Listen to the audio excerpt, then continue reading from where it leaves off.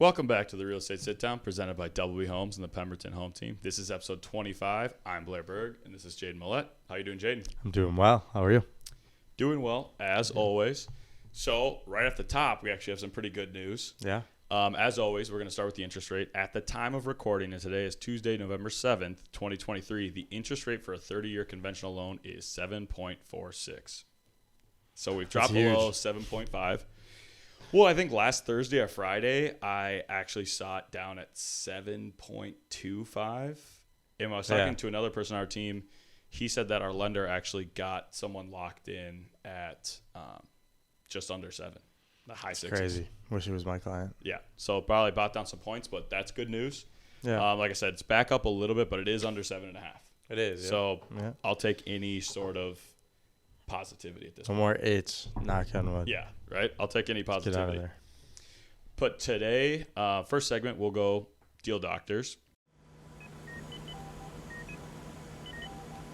Today, I wanted to talk about this deal that I did. It's a little bit unconventional, but no deal is the same. They're all unique in their own way. So this one was interesting. So a high school buddy of mine who, you know, good enough buddies. We were in a lot of the same friend groups, but didn't really keep touch after high school. And a big reason that I try to produce so much content, he actually saw some of my stuff on Instagram, shot me a message, and told me his parents needed to sell their house. He has long since moved out to the West Coast, and his parents are actually selling their home to go out and live with them. He bought farmland, and they're just going to farm, like a family farm. So pretty cool situation. But he stressed, he's like, hey, they're done with it. They just want to be done. He's like, they want to be out here in a week. So I was like, great, sounds good. I'll see what I can do. The house was definitely a fixer-upper. It was one of those things. The client described to me that he started a ton of projects right before COVID, and there were some family illnesses, some other things that got in the way. So all the projects pretty much sat half done. Right. So the house was pretty ripped apart. And he didn't want to go to MLS. He was hoping that I could contact my network of database investors and see if someone would want it off market. So I said, sure. I said, do me a favor. Because he told me he had been talking to a couple companies that do the we buy ugly houses type stuff. The cash offer, open cash door offers. situations. I said, hey, talk to a couple of those because I know you said you talked to them, and have them come out the house, look at it, take their offers, and I'll see if I can beat it. Right. So he got a couple. One I think was like 165. The other one was like 185. So they're like, hey, our highest was 185. We have to be gone in a week. You have a week to beat it. And so I, again, hopped right into my database, contacted investors that I know, and I actually ended up selling to someone on our team. Nice. Which was super nice to, help out my situation. He cut his commission, didn't take any commission on it. He was buying it for himself as an investment. He's actually, I believe, almost done flipping it right now. He's just putting the finishing touches on it. I know there's some permit stuff that slowed that down. But we were able to close on that at $200,000. Nice. And so they got $15,000 more. Right. And it was only, I got it done in a week. Yeah. Like I said, I think I talked to him on a Sunday, had the guy come look at it on a Thursday, and we were done by Sunday. Nice. So my main point of that story is know all your options. I do think that in some cases, a distressed home buyer cash offer might be the right route for you. But I do think it's important to know your options. Absolutely. It's kind of like what we were talking about shopping around for lenders and stuff. Shop around your options for Don't take the first one. Exactly. I don't know. Do you have any? No, I mean, I really like what you said as far as shop around your options because, I mean, it takes 20 minutes to an hour. Yeah. Because, I mean, when they first contacted me, they weren't sure if that was even something a realtor could help with. Yeah, right. Because they're like, it's too distressed. Right. And I was like, I know people. We can get this done. So we've seen worse.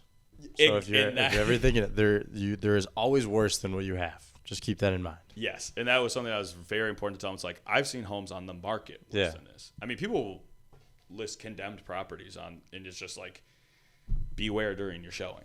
Yeah. So, yeah, I made a 100%. point to tell them, like, this is not even the worst I've seen. No, this is not out of the ordinary. Yeah. And if you think a cash offer is your only option, that is weirdly untrue. Yeah, because I mean, when you are dealing with a We Buy Ugly Houses type company, they have a bottom line.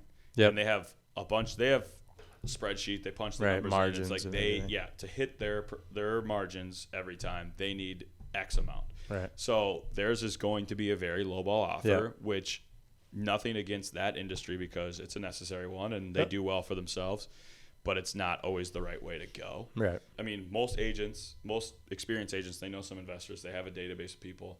Connect with them directly. They can probably get someone out there to look at it. So next, we'll move to I Saw It Online. This one's going to be another post I saw on X, formerly known as Twitter. And this is, it's from an account that pops on my feed quite a bit. He tweets or posts, "He who represents himself has a fool for an attorney. The same applies to real estate. The last 3 years, almost everything I've bought was FSBO, for sale by owner, or a residential broker. That 6% you saved may cost you millions." So, and the funny thing is, it's a guy that I follow, and I know for a fact he's not an agent himself. No. But he is an investor, and he uses an agent. And what he's referring to here is, I know there are a lot of people who think they're going to save money by not hiring an agent to list their home. Because, yes, they'll generally charge you the 5.5% to 7% to list their home. Right. But there are a lot of things that need to get paid out. Jaden's going to cover that here in a second. But, I mean, just some fun facts for you when it comes to for sale by owner versus realtor sold is that in 2022, only 10% of home sales were for sale by owner, and half of those for sale by owners already know their buyer. Right. So it's like a family member to family member, or you're selling to a neighbor. So you didn't need any help pricing or finding buyers. It was something that you already done. The one that I found most interesting is for sale by owners typically sell for much lower prices than realtor assisted homes. And that's because you don't have the agent negotiating on your behalf. Right. You really don't know what your home is worth. And when you work with an agent, again, they can help you negotiate price. Yep. They're putting the home on the MLS, which is giving it the most exposure. When you're for sale by owner, people only see if they click on the for sale by owner section on Zillow or a home sign. Which is rare. Nobody wants to deal with somebody that's unlicensed that probably doesn't know what they're talking about 90% of the time. Yeah. Makes it difficult. The only times I've helped someone buy a for sale by owner was an investor and we got a good deal on it. Yeah. Because once you start talking numbers and stuff, the seller's confused. They don't do that for a job. Right. So they don't know what to talk about. So the stats they gave here were for sale by owner homes sold at a median price of $225,000, where the median price was $345,000. So that's huge. That's insane. That's an insane difference. And you are more protected. You have someone helping you with the legal parts of your sale. That you have someone that's making sure, showings are going well. Something you're covered by that broker's insurance. Stuff like that. Absolutely. Where it's like, it can get very hairy. Like the original post said, I would never trust myself to represent me in a court of law. Absolutely not. And that's how I feel about real estate, because you are dealing with a lot of legal documents. 100%. I mean, gosh, I feel like everything that goes into the sale of a property is a legal document, damn near. Yeah. Oh, yeah. And again, at that point, if you're willing to, it's like if you're going to court and you're going to go to jail or pay somebody to be your attorney, are you going to risk going to jail over trying to represent yourself? Probably not. So that's the situation that I always like to bring. Yep. And especially in our cases, as agents that do well for themselves and are on a great team, our market value to get somebody for their property is like 1.8% above market value. Yeah. So again, and I pulled this on a calculator. For example, on a $400,000 property, 1.8% is $7,200. So just on average, if we were to get roughly around that $7,000 to $10,000 more for your property, that already covers half the commission. Yeah. And I'm going to say too, there's no market standard for commission, but the reason that people do this is is exactly right there. When you can get damn near $100,000 more for your property, why would you try and list it yourself? Yeah. And Doesn't make any sense. that's where people are like, I'm not going to use a realtor. I'm going to save that 6%. Yet you saved it that you didn't pay someone else, but you didn't make as much money on your property, because the equation is simple. More exposure equals more showings equals more offers equal higher price. Right. If you're selling your home and the thought of money isn't on your mind, why are you selling? Yeah, and it's funny because it is kind of a paradox situation, because it is. The reason that they don't want to use an agent is because they're thinking dollar signs. But that's because and I do get it, when you spend money, it feels a lot harder than visualizing when you're going to save that money. Yeah. Or make more because you did pay someone to do it correctly. Right. So yeah, I'll be honest. Like if you're gonna sell this house to your neighbor and they come over and offer you like a good price that you're willing to take, go for it. Yeah. If you want to take that on, figure it out. If you had a great situation, go ahead. But I would say this, and a lot of people might not know this, is that a real estate agent can still act as the facilitator. True. Which this is true. So if you're not same situation, family member, neighbor, whatever you want to do, you've already got a buyer, you're not going to go through the whole listing process. If you just want to contact a listing agent to handle the legal documents, kind of relieve yourself from that burden, I know I usually do it for 1%. I was going to say it's usually nothing. I know others will do it for like a flat fee. Yep. So that's something to look into too, because I just know, again, to me, getting into legalese that I'm not comfortable with in a different industry, I just wouldn't do it. No, absolutely not.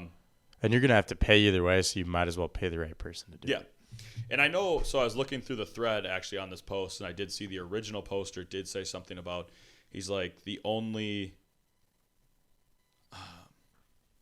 I'm an investor and I've bought 3 for sale by owners, and those are always the best deals that I get. So people who do it correctly, they know how to finesse most there's wins in everything in this world. And so that's what people he's to saying. take He's like, if advantage those people wouldn't have been selling themselves, he probably wouldn't have got such a good deal. No, absolutely not. But moving on, we will now dive into FAQs. Kind of a hot button topic recently. Real estate agent compensation. Can you kind of go into that for us? What broker commission or compensation is it's very simple. It is something that is negotiated through a percentage. There is no market standard on compensation. I want to make that clear. But for example, for this, we're going to use 6%. So I want to make this very clear as well, talking about compensation. On the listing documentation, on some type of net sheet that you'll probably get either from your mortgage lender or your agent, it is going to show a section where it says broker commission. Commission, compensation, they're the same thing. So when we're talking about compensation, we are talking about the percentage that is being used to pay the broker's agent or the buyer's agent. We're talking about the money that is being used for marketing, the money that is being used for professional photography, the money that is being used for staging, anything under the sun that is helping that property get listed. That is where compensation is going. So when your agent asks and has the conversation about compensation, ask what it's going towards.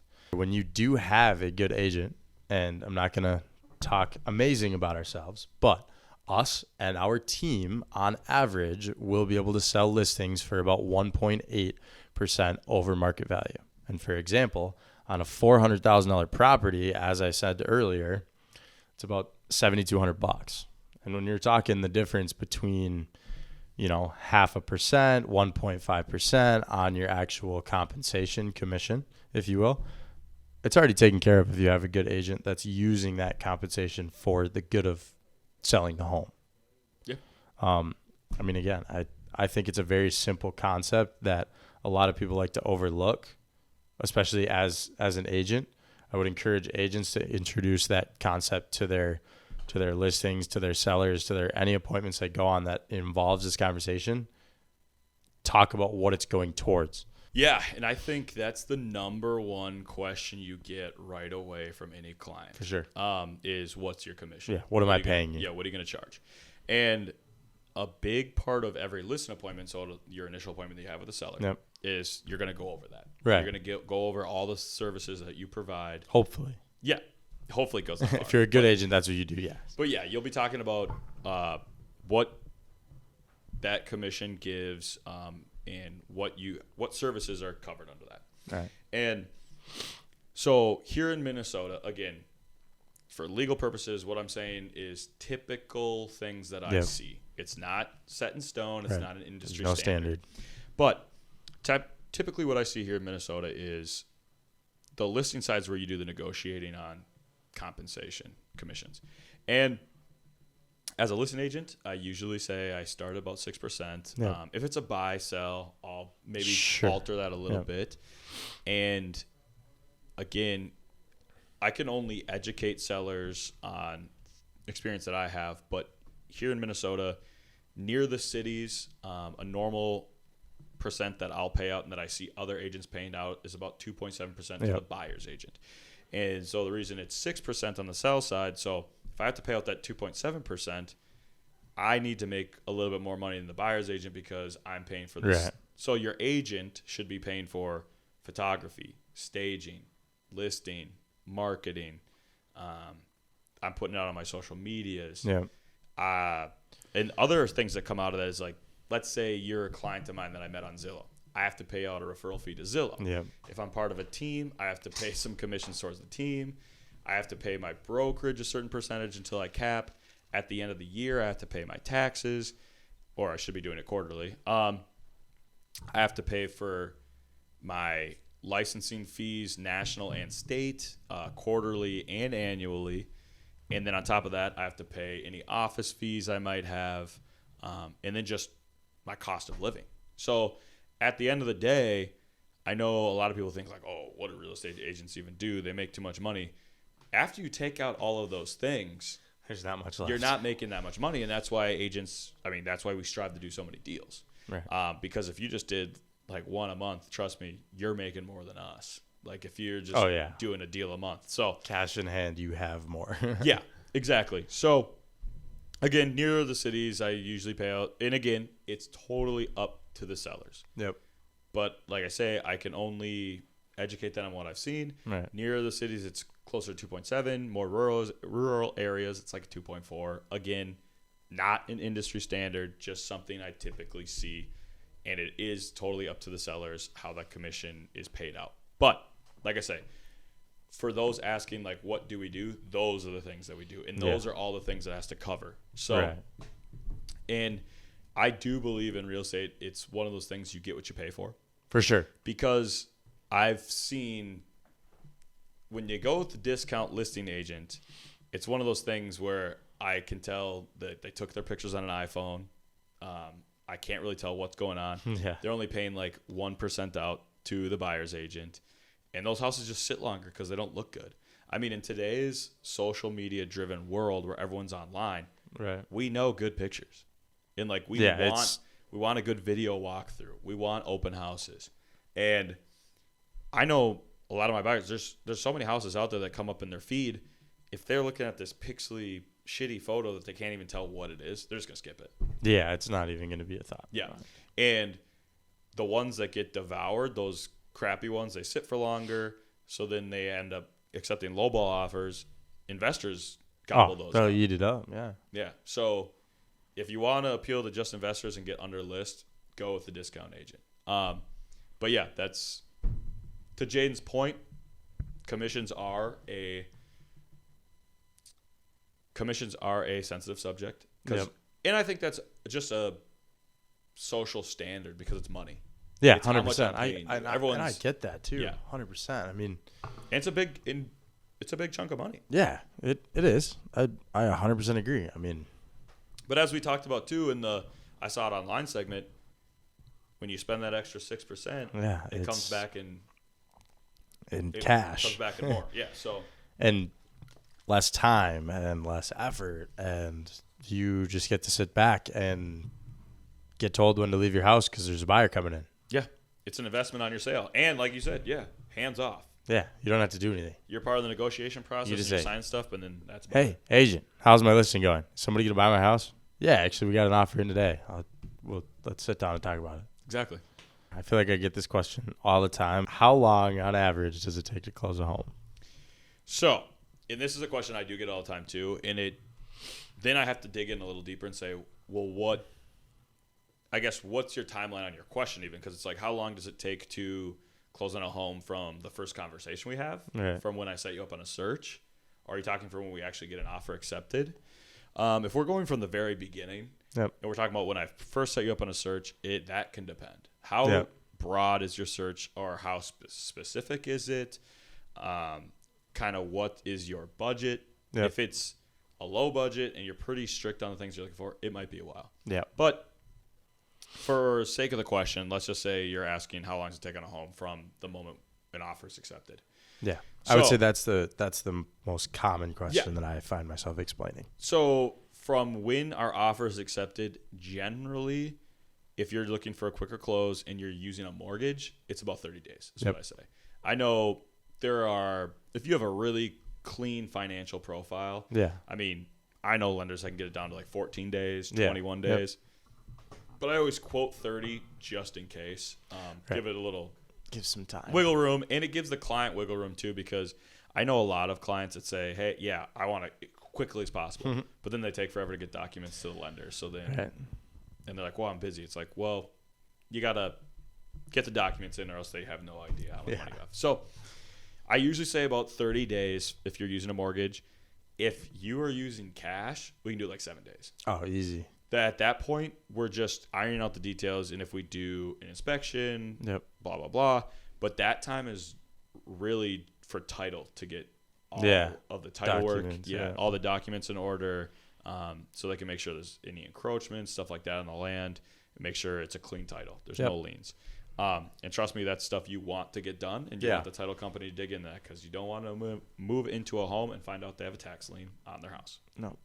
So, long story short, how long does it take to close on a home? If you're using a mortgage, I'd say 30 days just to be safe. And if you're using cash, I'd say 7 days to be safe. Alrighty. Well, as always, if you have any questions or see any posts online and want us to break it down, feel free to message us. Don't forget to like and subscribe. And that's another episode of the Real Estate Sit Down.